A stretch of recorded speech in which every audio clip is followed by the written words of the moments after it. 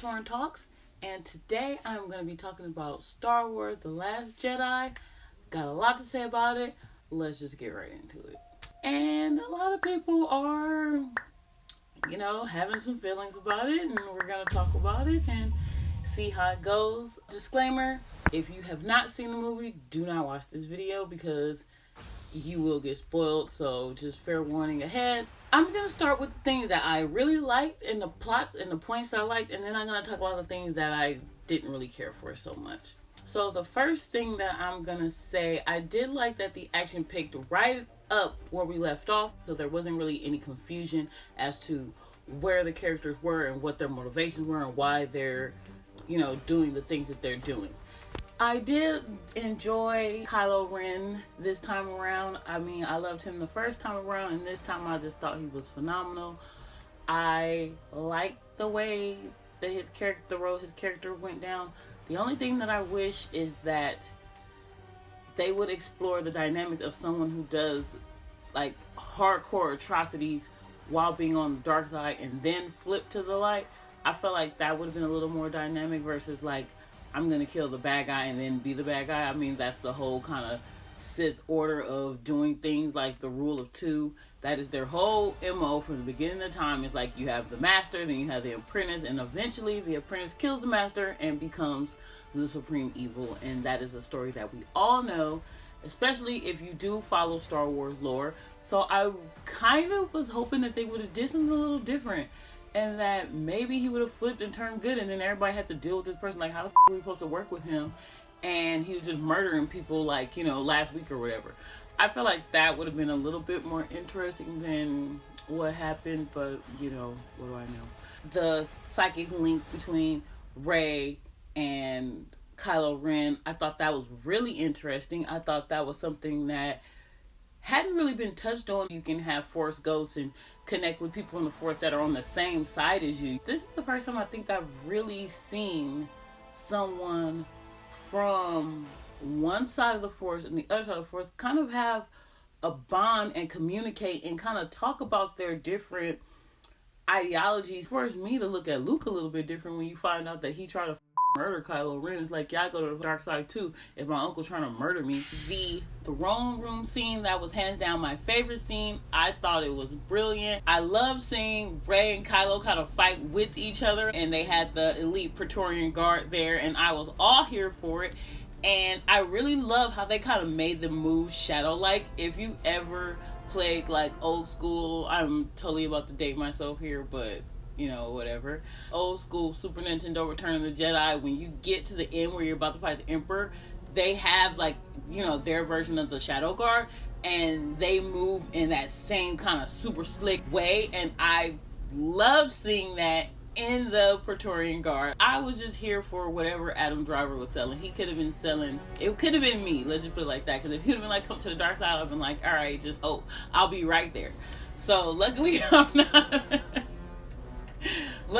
not the one. I'm not Rey, because him doing all that, looking like that, talking like that, he would have had me over to the dark side in a minute.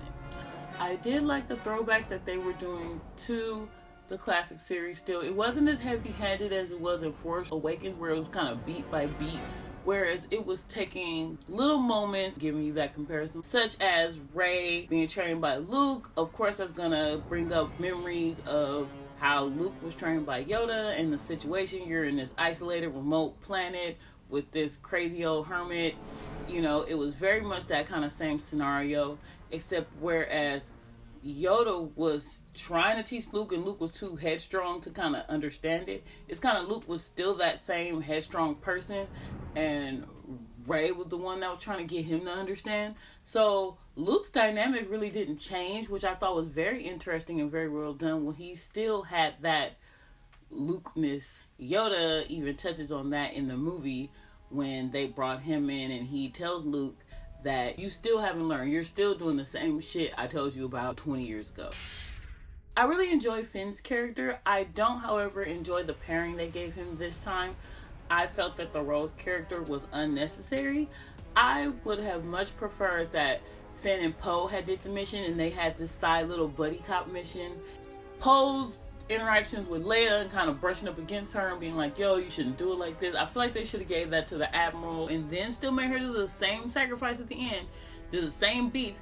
Then that would have put the stakes in it, because you've seen this character. They could have gave her character a little bit more gravitas by having us empathize with the character versus making her an adversary to a character that we already have empathy for in Poe. So I just felt like they could have switched just a little bit things around, and it would have made her character much more interesting and compelling and actually made us give a damn about her versus just, you know, here's this young punk who thinks he knows everything, some hot shot, you know, fly boy, whatever, and here I am, this matronly older woman here to fucking set you straight, kid. Like, you know, we've seen that, and I just feel like they had ways to be a little more dynamic versus the obvious pairing or the obvious kind of way to go.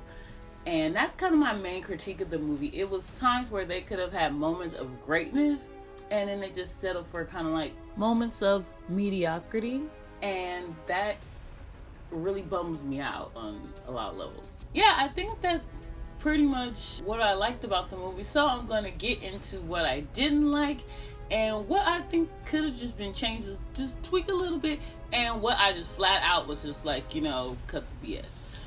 So first thing I'm gonna address is the whole Finn and Rose relationship thing. I wasn't here for it. I wasn't really emotionally invested in her character at all.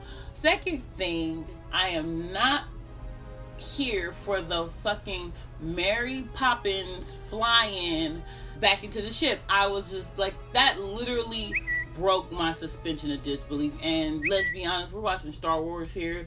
You gotta suspend a lot, and I am able to do that no problem. So for something to come along and break my suspension of disbelief, you know it has to be some utter foolery and effery, and I thought that was one of them. I was just like, oh, come on.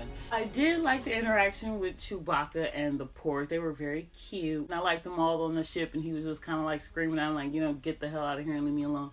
But what I didn't like is the heavy-handed message that was being sent to me, being shoved down my throat the entire time. Hurting animals is bad, which I agree that it is. But this is the Star Wars universe. If I want to be ham-fisted politics, I would watch the fucking news. I don't need this in my Star Wars movie. I get it, hurting animals is bad, no one is debating that, and that was one of my peeves about it. It took something that was kind of cute and cool and turned it into being like, oh my god, like, okay, I get it. Yeah, I really didn't care for that. The scene where Chewbacca's trying to eat, and yeah, he killed the little cute Porg penguin thing, and he's trying to have his dinner, and they're giving him a guilt trip. Eating meat is bad.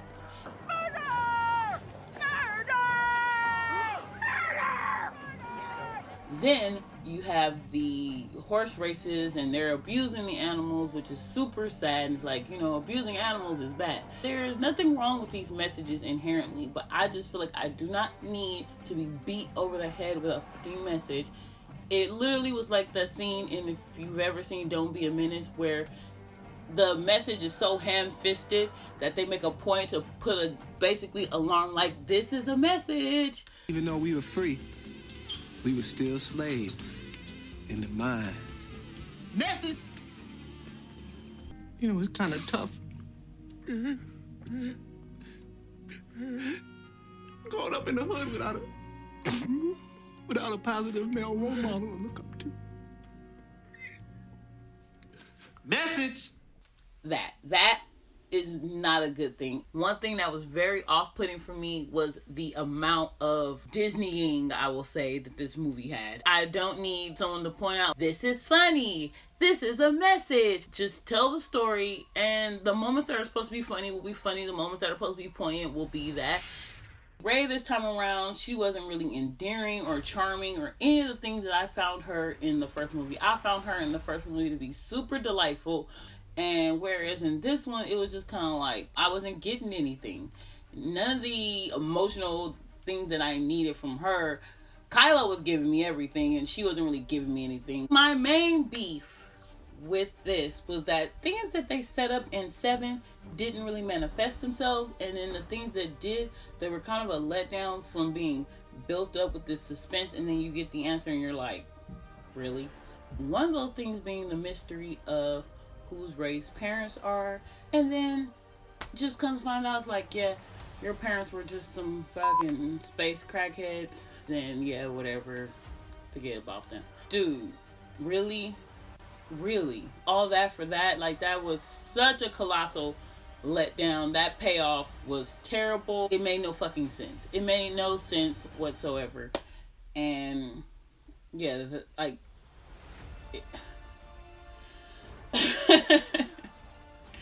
yeah, I'm just bummed because you could have did something cool. That literally was Chekhov's gun sitting on the wall that didn't fire. You definitely don't have to be like from the Skywalker family or Kenobi family or any of those to be a Jedi. But I felt like if her parents weren't important, why even mention them at all? It could have just been like, she lives on Jakku, grew up there, yada yada. Same thing happens as it does in the first movie. Bad storytelling. And I do not like bad storytelling. I can deal with things that, you know, don't go the way you expect. But if you set the dominoes up, you gotta hit them and make them fall. The end, those little ice critters, like, spare me. I'm dropping F-bombs in this thing like a bunch, but I swear, like, I just can't take it. I just can't take the nonsense. No.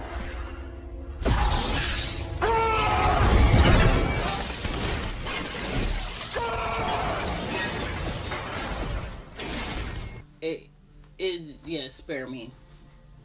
Just, I'm not even gonna discuss it. Just spare me, okay? Spare me, please. Really, all the little quirks I can forgive. I forgive Star Wars for a lot. I've forgiven them for Jar Jar and the Ewoks and a whole bunch of things that I've forgiven Star Wars for. However, when you change the core ideologies of something, that kind of makes me throw the question of where we're going on this journey. Pretty much it for my Star Wars review. Hope it wasn't, you know, too much bitching. I tried not to get on my high horse too much. Thank you for watching this video, and I will see you in the next one.